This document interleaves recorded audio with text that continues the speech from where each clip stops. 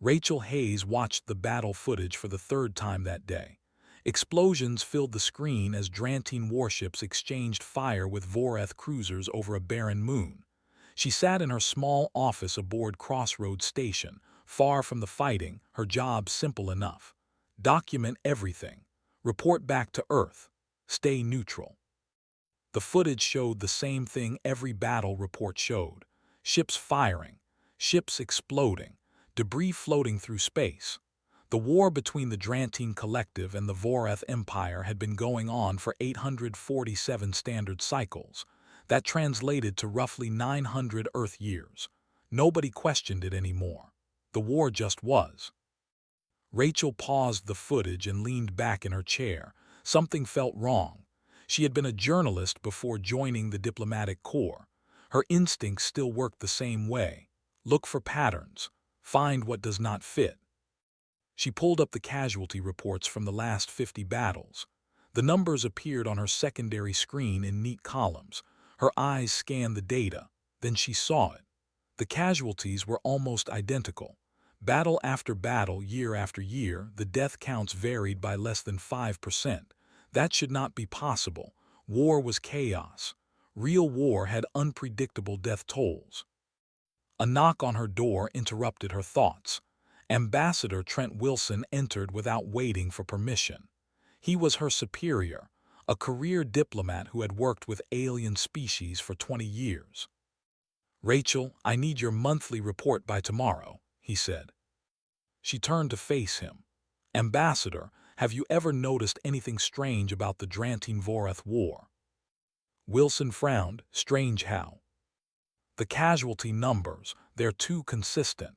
She gestured to her screen. "Look at this data.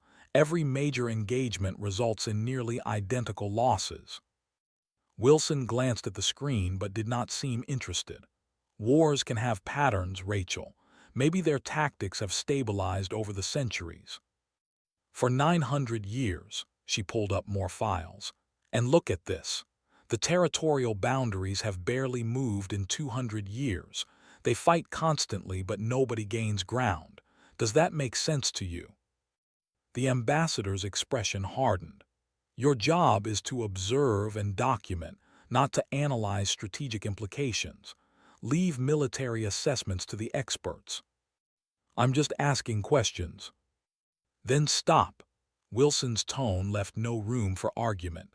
"The Drantine and Voreth have their reasons for fighting. It's not our place to interfere. We've only been part of the Galactic Council for 5 years. We're observers, nothing more." After Wilson left, Rachel sat in silence. She should let it go. Follow orders, do her job, but her journalist brain would not stop working. She began pulling more data, supply records, resource expenditures, fleet movements. The patterns became clearer. Military spending followed predictable cycles. Resources flowed in exact amounts year after year. Even the locations of battles seemed scheduled. Major engagements happened in the same regions on a rotating basis. Rachel spent the next 6 hours building a timeline. She cross-referenced battle locations with civilian population centers. That was when she found something impossible. Every single major battle zone had been evacuated before the fighting started. Not during, before. The evacuation records showed civilian transports leaving combat areas anywhere from 48 to 72 hours ahead of military engagement. The official reports called them emergency evacuations, but they happened too smoothly, too efficiently, almost like the civilians knew exactly when to leave. She searched for casualty reports involving civilians caught in crossfire. There were none, not in the last 300 years. 0 civilian deaths from combat operations. In a war spanning 900 years and dozens of star systems, not a single civilian had died in battle for 3 centuries. That was impossible. Rachel's terminal chimed, an incoming message. The sender was listed as anonymous. She hesitated, then opened it. The message was brief. "You're asking the right questions. Watch the evacuation zones at these coordinates. Next battle begins in 36 hours." The message included spatial coordinates for a system on the border between Drantine and Vorath space. Rachel checked the military schedules. Sure enough, a major engagement was planned there in a day and a half. She should report this to Wilson. She should follow protocol. Instead, she began hacking into commercial satellite feeds. Her clearance level was not high enough for military channels, but civilian observation satellites were easy to access. The coordinates pointed to a mining colony in Drantine territory. Rachel found a satellite with a view of the area and set it to record. Then she waited. 18 hours before the scheduled battle, the evacuation began. Transport ships arrived in perfect formation. No panic, no chaos. The civilians boarded in organized groups like they had done this many times before. Within 6 hours, the entire colony was empty. Rachel recorded everything. She tracked the transport ships as they moved to safe zones behind Drantine military lines. Then she watched as both Drantine and Vorath fleets moved into position. The battle began exactly on schedule. She watched ships explode. She watched debris scatter across space. She watched the Drantine forces retreat after losing exactly 23 ships. The Vorath lost 27. The numbers matched historical averages perfectly. When the battle ended, Rachel sat staring at her screens. The evidence was clear but impossible. The war was choreographed, managed, controlled. But why and by whom? Her terminal chimed again. Another anonymous message. Now you see, but seeing is not enough. You need to understand why. Come to these coordinates alone. Bring proof of human diplomatic clearance. You deserve answers. New coordinates appeared. This time they pointed to a location in neutral space. An area with no stations, no colonies, no official presence of any kind. Rachel looked at the message for a long time. This was dangerous. It could be a trap. It could get her killed or imprisoned. But she had spent her whole life chasing truth. She could not stop now. She sent a message to Danny Park, a human freight hauler she had met during her first month on Crossroads. He owed her a favor. She collected. 3 hours later, she stood in the cargo bay of Danny's ship as they prepared to jump to the coordinates.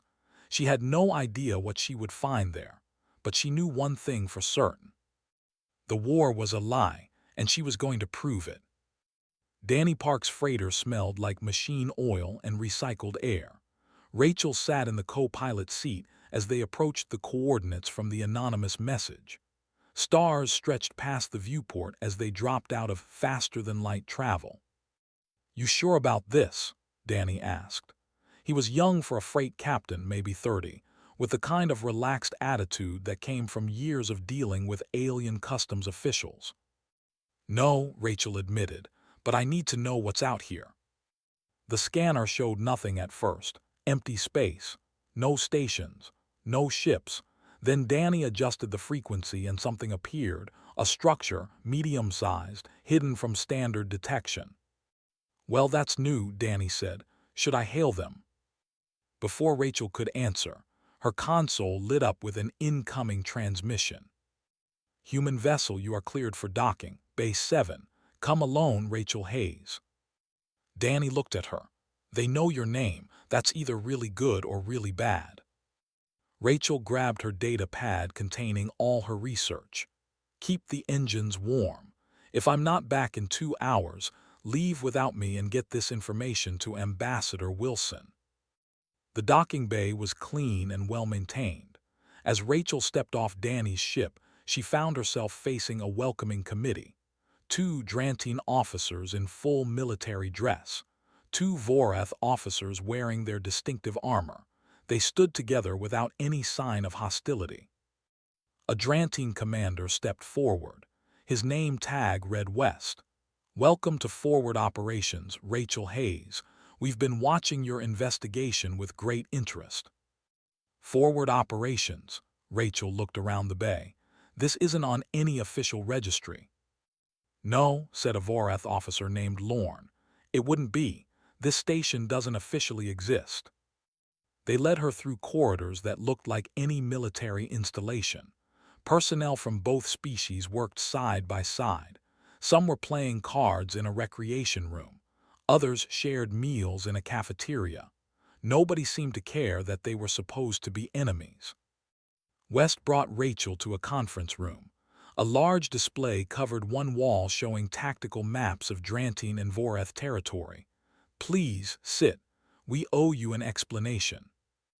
Rachel remained standing.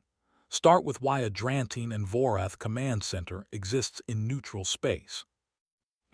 Lorne smiled. It was the first time Rachel had seen a Voreth smile. "Because the war is managed by both sides working together. It has been for 850 years. Rachel had suspected something like this, but hearing it confirmed still felt like a punch to the stomach. "You're telling me the entire war is fake?" "Not fake," West corrected. "Controlled. The ships are real. The battles happen. People do die, though far fewer than anyone knows. But yes, the war is choreographed, scheduled, maintained by mutual agreement." "Why?" Rachel's voice came out sharper than she intended. "Why would you do this?" West pulled up historical records on the display. The war started as a real conflict, resource disputes, cultural differences, old grudges. For 50 years we tore each other apart. Billions died. Entire planets burned. Both our civilizations were collapsing. Lorne continued the story. "Our leaders faced a choice: make peace and watch our economies implode, or find another way. They chose another way." The display showed economic projections. Rachel studied the graphs. After the first 50 years of real war, both civilizations had built massive military industries. Millions of jobs depended on weapons manufacturing. Entire planetary economies were based on supporting the war effort. "Peace would have meant economic collapse," West said. 40% unemployment, famine, social breakdown. Our projections showed both species might not survive the peace." Rachel felt sick. "So you kept the war going to save your economies?" "We formalized it," Lorne explained. "Created rules. Battle zones are chosen months in advance. Civilians evacuate safely. Ships are crewed by volunteers who understand the risks. We follow strict engagement protocols. The AI system called the Arbiter manages everything: battle schedules, casualty limits, resource allocation." West pulled up more data. "Look at the numbers. In the 800 years since we implemented this system, total casualties are less than 1% of what they were during the real war. Both our civilizations have prospered. Crime is low. Education is high. Quality of life has improved every decade." "Built on a lie," Rachel said. "Built on stability," Lorne countered. "The galaxy is safer because of our managed conflict. Other species benefit too. The war is predictable. It stays in designated zones. Trade continues. The economy remains strong. Compare that to the chaos of actual warfare." Rachel sat down finally. Her mind raced through implications. "The other species on the Galactic Council, do they know?" West and Lorne exchanged glances. "Some suspect," West said. "Most choose not to look too closely. They profit from the system too. Neutral worlds sell to both sides. Corporations build weapons for the war effort. Everyone has a stake in maintaining the status quo." "This is insane," Rachel said. "This is survival," Lorne said. "We're not proud of the deception, but we are proud that we found a way to save our people from extinction. Both our peoples." West leaned forward. "We contacted you because humanity is different. Other species have investigated before. They always accepted our official explanations. But humans pattern match in ways others don't. You ask uncomfortable questions. You are going to figure it out eventually." "So what now?" Rachel asked. "You tell me the truth and expect me to keep quiet." "We're offering you a choice," Lorne said. "Keep the secret and help maintain peace, or expose it and watch the consequences unfold." Rachel looked at the data surrounding her. Economic projections, casualty comparisons, social stability metrics. The numbers all supported their argument. The managed war saved more lives than it cost. But something else nagged at her. She pulled up the financial records on her data pad. These supply chains, where do these components come from? West checked his own records. Standard military contractors. Why? Rachel pointed to specific entries. These corporations, I've been tracking money flows. They don't match your official suppliers. Lorne examined the data with growing concern. These are our primary weapon systems. We developed them internally. Did you? Rachel pulled up more files. Because the money trail suggests someone else has been feeding you technology. Someone who wants this war to continue. Someone who's been manipulating both of you. The room fell silent. West and Lorne stared at the evidence Rachel had compiled. Technology appearing with no clear origin. Financial flows from untraceable sources. Corporations that existed only on paper. West's expression darkened. How long have you known about this? I just discovered it going through your archives, Rachel said. You thought you controlled the war, but someone has been controlling you. The conference room in forward operations became a war room of a different kind. Rachel worked alongside West and Lorne, tracing financial networks that neither side knew existed. Danny brought his ship's computing power to help crack encrypted files. What they found made the managed war look simple by comparison. These shell corporations go back 400 years, Lorne said, highlighting connections on the display. How did we never see this? Rachel understood why. You were focused on managing the war. You never thought to question where your good fortune came from. New weapons appearing right when you needed them. Perfect timing on resource deliveries. You thought you were just lucky. West pulled up weapons manifests. The plasma accelerators we introduced 200 years ago. The shield harmonics from 150 years back. Even the newest targeting systems. None of them came from our own research divisions. Someone has been upgrading your war, Rachel said, keeping it technologically advanced, making sure it stays profitable and interesting. Danny found the first real name buried in the financial records. Got something. The consortium. No species designation. No home world listed. Just a name and a lot of money movement. Rachel had heard whispers about the consortium during her time on Crossroads Station. Wealthy elites from across the galaxy. They operated in shadows, controlling markets and influencing governments. Most people thought they were a myth. They're real, West said quietly. We knew they existed but never realized how deeply involved they were in our affairs. The data painted a clear picture. The consortium had been manipulating the managed war since its creation. They provided technology to both sides. They owned the corporations that built weapons. They controlled the banks that financed military operations. They had representatives on neutral worlds who ensured the war stayed confined and predictable. They've turned your managed conflict into the galaxy's most profitable industry, Rachel said, and they've done it without anyone noticing. Lorne's hands clenched into fists. We thought we were protecting our people. Instead, we've been making billionaires richer for 800 years. Rachel kept digging. It's worse than that. Look at these other files. Frozen conflicts on the Bellin worlds. Trade disputes in the Outer Ring that never resolve. Territorial disagreements that have lasted centuries. The consortium has been doing this all over the galaxy. Danny whistled low. They've industrialized war, turned it into a product. West stood and paced. We need to expose them, show the galaxy what they've done. And expose yourselves in the process, Rachel pointed out.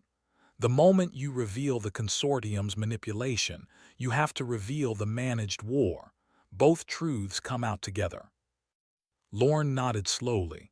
Then that's what we do. We can't fight the consortium while hiding our own deception. The truth needs to come out, all of it. They spent the next 12 hours planning.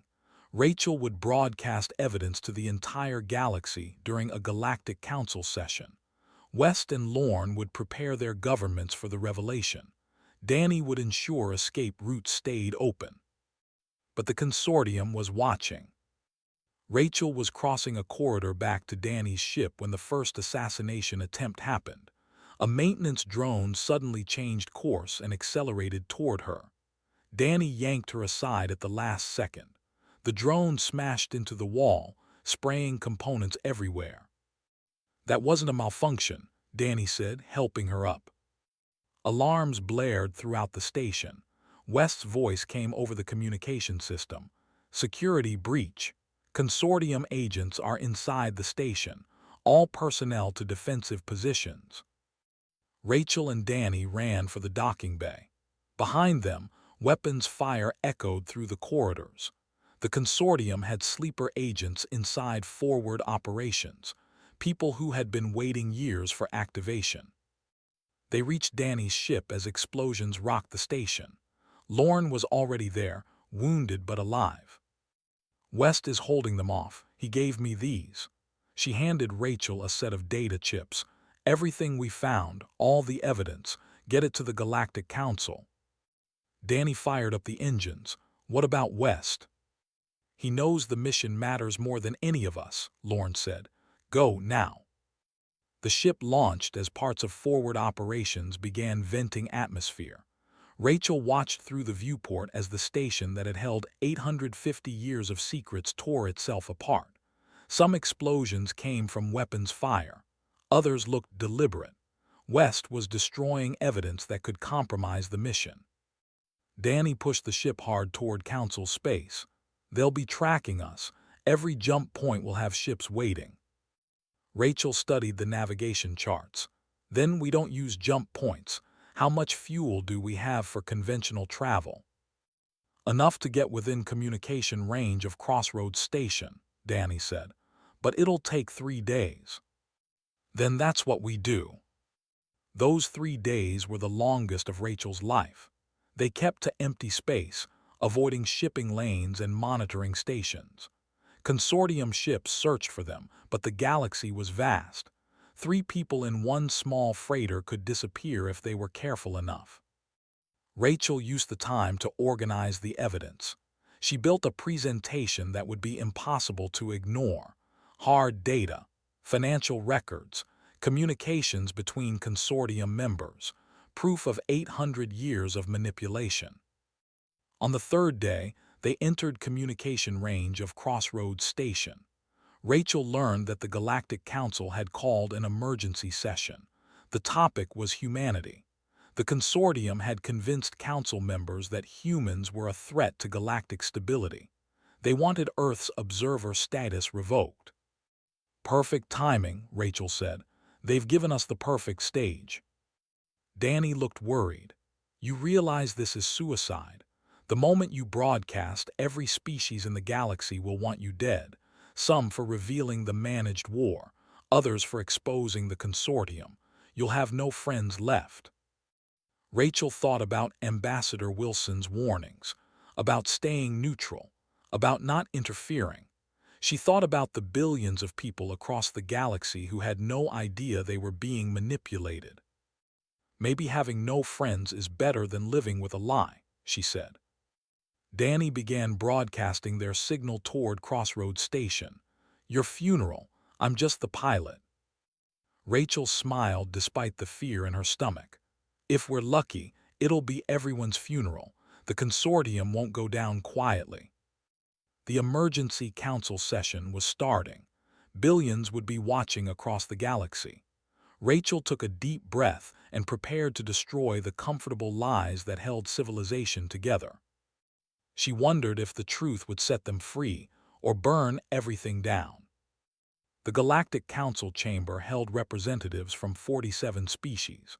Rachel had never seen it so full.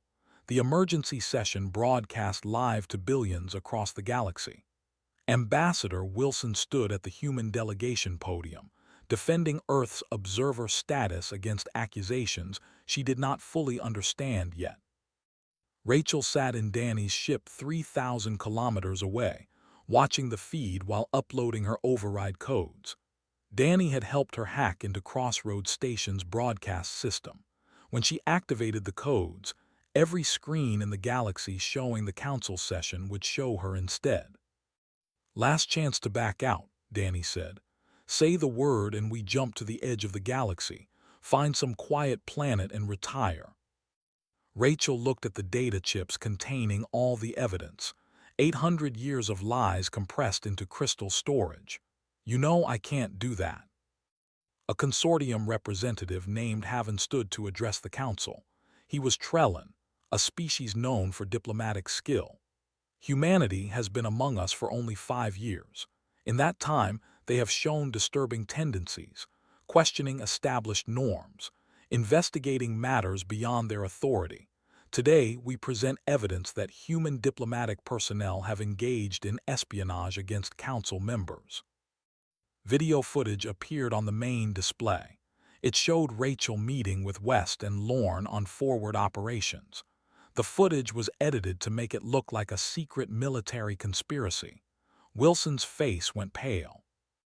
"The human diplomatic observer Rachel Hayes has been meeting covertly with military commanders from both sides of the Drantine-Vorath conflict," Haven continued. "We believe humans are attempting to manipulate the war for their own benefit." Other council members murmured. Some species already distrusted humanity. This seemed to confirm their fears. Rachel activated her override codes. The broadcast signal from Danny's ship hijacked every display in the council chamber. Her face appeared on screens across the galaxy. "My name is Rachel Hayes," she began. "What you just saw was the truth, but not the way the consortium wants you to understand it. I did meet with Drantine and Vorath military leaders. What I learned there will change everything you think you know about the galaxy." Security personnel rushed toward the broadcast controls in the council chamber, but Rachel's signal was too strong. Danny had routed it through a dozen relay stations. They would need hours to shut it down. "The war between the Drantine Collective and the Vorath Empire is not what you think," Rachel continued. "For 850 years it has been managed, controlled, choreographed by both sides working together." She displayed the evidence: battle schedules, evacuation records, casualty reports showing impossible consistency. The AI system called the arbiter that managed everything. Across Drantine worlds, citizens watched their military leaders admit the truth in archived recordings. On Vorath planets, people saw 850 years of carefully maintained theater exposed. The reaction started immediately: shock, anger, disbelief. "But the managed war is only part of the truth," Rachel said. "Both sides thought they controlled their own deception. They were wrong." She showed the consortium's financial networks, the shell corporations, the weapons technology that appeared with perfect timing, the manipulation that had turned a managed conflict into a profit machine. "The consortium has been controlling the Drantine-Vorath war for 400 years. They upgraded it, maintained it, ensured it stayed profitable, and they've been doing the same thing across the galaxy." More evidence appeared: the frozen conflicts on the Bellin worlds, trade disputes that never resolved, territorial disagreements that lasted centuries. Every one of them had consortium fingerprints. Haven tried to interrupt. "This is propaganda, fabricated lies designed to." Rachel cut him off by displaying his own financial records. Haven has received 47 million credits from consortium accounts in the last decade, as payment for services rendered. Those services included ensuring the Drantine-Vorath war stayed confined and profitable. The council chamber erupted in chaos. Representatives shouted accusations. Security tried to restore order, but the broadcast kept going. Rachel had 5 minutes of guaranteed airtime. She used every second. "The consortium has industrialized conflict," she said. "They've turned war, dispute, and disagreement into products they can sell. They profit while billions suffer under lies they've helped maintain." She displayed the member list of the consortium, wealthy individuals from dozens of species. Some were names everyone knew: business leaders, politicians, even council representatives. The list included people from nearly every major civilization. These individuals have manipulated galactic affairs for centuries. They've prevented peace because peace is bad for business. They've kept civilizations in conflict because conflict generates profit. Rachel's time was running out. Security had located her signal's origin. Ships were already en route to Danny's position. "I'm sharing all this evidence publicly," Rachel said. "It's being uploaded to public networks right now. Everyone can verify it for themselves. The managed war, the consortium's manipulation, all of it. The truth is yours to examine." She looked directly into the camera. The galaxy has been built on comfortable lies, lies that kept things stable but prevented real peace, real cooperation, real progress. Today those lies end. What comes next is up to all of you.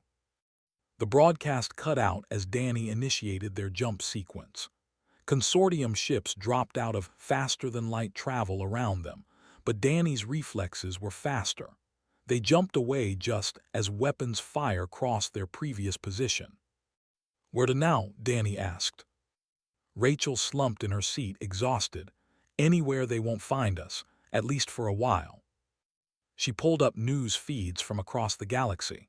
The reactions were already visible. Stock markets crashed as war-dependent industries panicked. Protests erupted on Drantine and Voreth home worlds. Governments scrambled to respond to populations demanding answers. The consortium members on the public list were being arrested or had gone into hiding. Their assets were being frozen, their networks disrupted.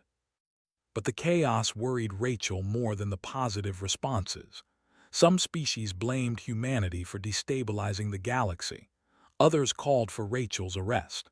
A few wanted Earth expelled from all galactic institutions. "I saved the galaxy," Rachel said quietly, "or I destroyed it, won't know which for years." Danny checked their fuel reserves. "Well, you wanted to be a journalist who made a difference. Congratulations. You just made the biggest difference in galactic history."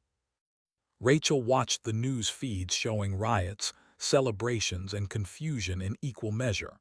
The comfortable lies were gone. Now came the hard part: building something real from the ashes of deception. 3 months after the broadcast, Rachel sat in a holding cell on Crossroads Station. Not quite a prisoner, not quite free.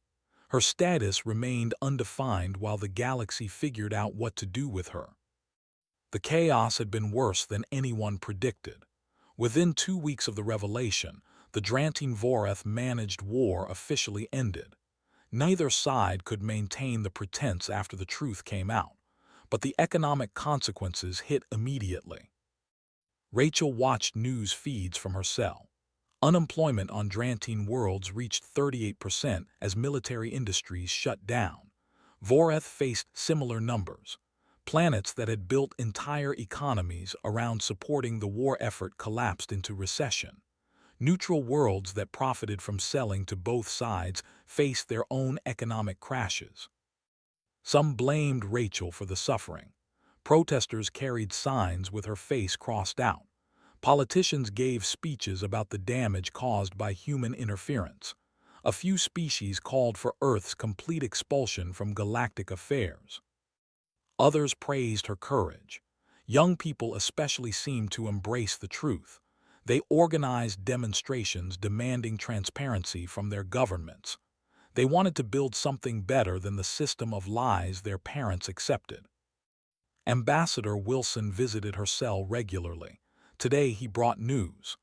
The United Earth government has approved the aid package. We're sending economic advisors, engineers, and resources to help with the transition. Rachel looked up from her tablet. Will they accept it? Half the galaxy thinks humans caused this crisis. The other half knows you exposed a crisis that already existed, Wilson said. Besides, we have experience rebuilding war economies. Earth did it several times in our own history. We know what works. He pulled up documents on his portable display. The Marshall Plan of the Stars, some politicians are calling it. Resources for converting military industries to civilian production. Training programs for soldiers transitioning to peacetime work. Investment in infrastructure and education. It's ambitious. It won't be enough, Rachel said. You've seen the unemployment numbers, the social unrest. This will take decades. Wilson nodded. Which is why we're committing for the long term, 20-year programs, partnerships with local governments. We're not trying to control the rebuilding, just offering expertise and support. A guard approached the cell. Rachel Hayes, you have another visitor. Lorne entered, looking healthier than the last time Rachel saw her.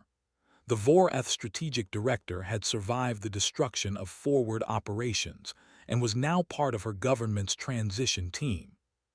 I thought you would want to know, Lorne said. West survived too. He's working with the Drantine reconstruction effort. Relief flooded through Rachel. I thought he died in the station explosion. He nearly did, but he's stubborn, Lorne smiled, like someone else I know. Wilson excused himself, leaving Rachel and Lorne alone. The Voreth sat on the cell's single bench. My government wants to put me on trial, Lorne said. For my role in maintaining the managed war, they need someone to blame. What will you do? Tell the truth, explain why we thought it was necessary, accept whatever judgment comes. Lorne looked at Rachel, same as you're doing. Rachel had not been officially charged with anything yet, but the possibility hung over her. Some council members wanted her prosecuted for espionage, others for destabilizing the galactic economy. A few extreme voices called for execution. Do you regret it? Lorne asked, exposing everything. Rachel thought about the question. Ask me again in 10 years, when we see if the galaxy survives the transition. Lorne stood to leave. For what it's worth, young people on my world are calling you a hero. They're learning real history for the first time, building relationships with Drantine youth. They want peace. Real peace, not the theater their parents performed. After Lorne left, Rachel returned to monitoring news feeds. Some developments gave her hope. Drantine and Voreth governments had announced joint reconstruction projects. Former military factories were being converted to build civilian spacecraft. Educational exchanges between former enemies were beginning. But the consortium's remaining members fought back. They could not operate openly anymore, but they still had resources. Sabotage incidents, propaganda campaigns, attempts to reignite old conflicts. They would not surrender their profit machine easily. Danny visited that evening. He had avoided arrest by claiming he was just a pilot following orders. Nobody believed it, but proving otherwise was difficult. Got news, he said. The council is voting tomorrow on your status. Wilson thinks they'll release you. Release me to what? Rachel asked. Half the galaxy wants me dead. The other half wants to hire you, Danny grinned. Seriously, I've fielded a dozen job offers. Universities want you to teach.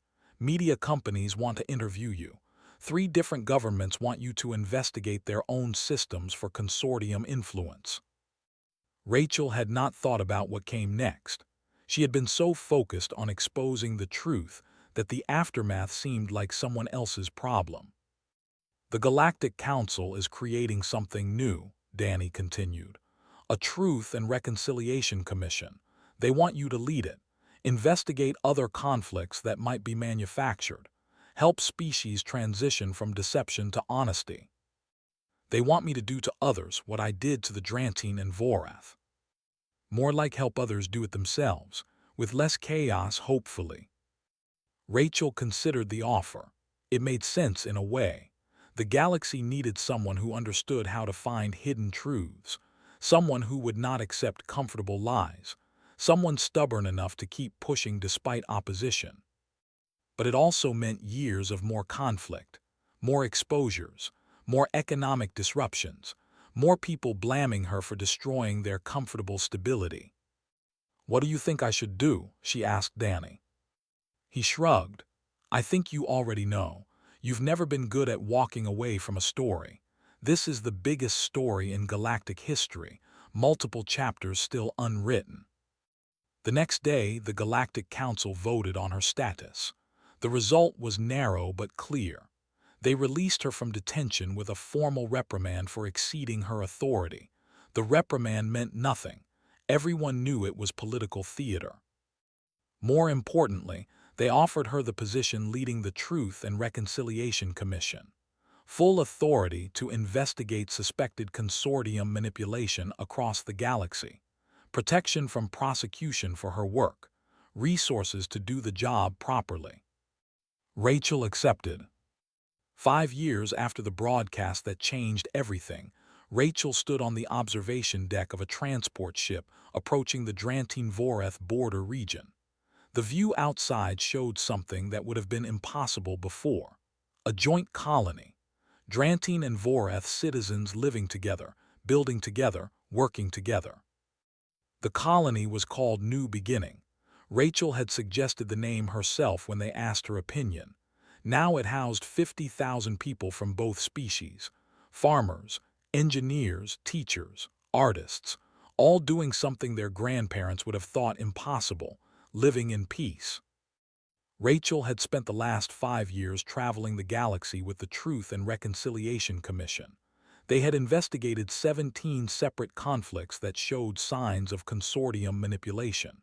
12 were confirmed as managed disputes designed to generate profit. The revelations caused disruption each time, but the galaxy was learning.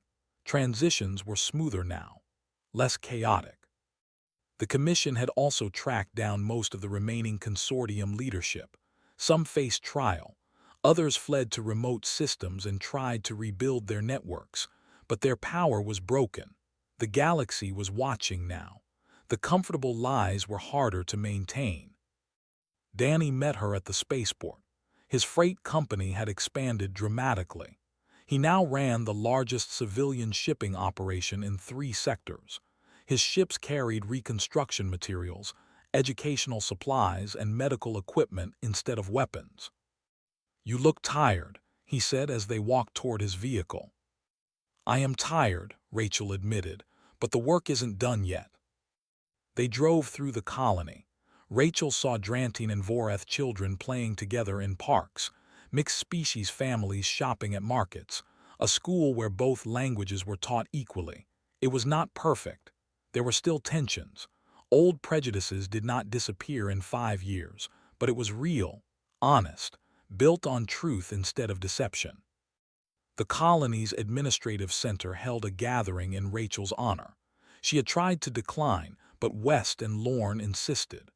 Both were here, working together to help build what they had once pretended to fight against. West looked older now. The stress of the transition had aged him, but his eyes held something they had not before: hope. "When we designed the managed war, we thought we were saving our people from destruction," he said to the assembled crowd. "We were wrong. We saved them from one disaster by creating another. It took a human to show us the difference between stability and justice." Lorne spoke next. "Our children are learning real history now, not propaganda. They know what we did. They know why we thought it was necessary, and they're determined to build something better." Rachel addressed the crowd reluctantly. She had never been comfortable with praise. "I just asked questions that needed asking. You did the hard part, rebuilding, accepting uncomfortable truths, teaching your children a different way." After the formal gathering, Rachel walked through the colony with West and Lorne. They showed her the converted weapons factory, now building agricultural equipment, the military training center that had become a university, the memorial to those who died in both the real war and the managed one. "We got a report yesterday," West said. "The last consortium cell in our region was dismantled, 3 members arrested, their assets seized." "How many do you think are still out there?" Rachel asked. Lorne shrugged. "Dozens, maybe, but they're scattered. powerless compared to what they were. They can't manipulate entire civilizations anymore. Rachel thought about the other conflicts she was investigating. Some were genuine, others showed signs of outside manipulation. The work would continue for years, maybe decades, but progress was visible now. Danny joined them at the memorial. Got an interesting message today. The Galactic Council wants to expand the Truth and Reconciliation Commission, triple its size. Give it authority to investigate economic systems, not just conflicts. Sounds like more work, Rachel said. Sounds like they're finally taking this seriously, Lorne countered. They stood together watching the sun set over the colony. 5 species were represented in the crowd around the memorial. Drantine, Vorath, human, Trellin, others, all mixing naturally, all part of something bigger than their old divisions. West broke the silence. Do you ever wonder if we made the right choice? Exposing everything. The economic damage was severe. Some worlds still haven't recovered. Rachel had asked herself that question 1,000 times. The damage was already there. We just made it visible. You can't build a real future on hidden rot. Eventually, it collapses anyway. But the timing, West pressed. If we had waited, prepared better, maybe the transition could have been smoother. There's never a good time to tell the truth, Rachel said. Only the necessary time. Danny checked his communication device. Speaking of necessary, Rachel, you have a message from Earth. Your mother wants to know when you're coming home. Home, Rachel had not been back to Earth in 3 years. The work kept her moving. System to system. Investigation to investigation. Always chasing the next truth that needed exposing. Tell her soon, Rachel said, after the next assignment.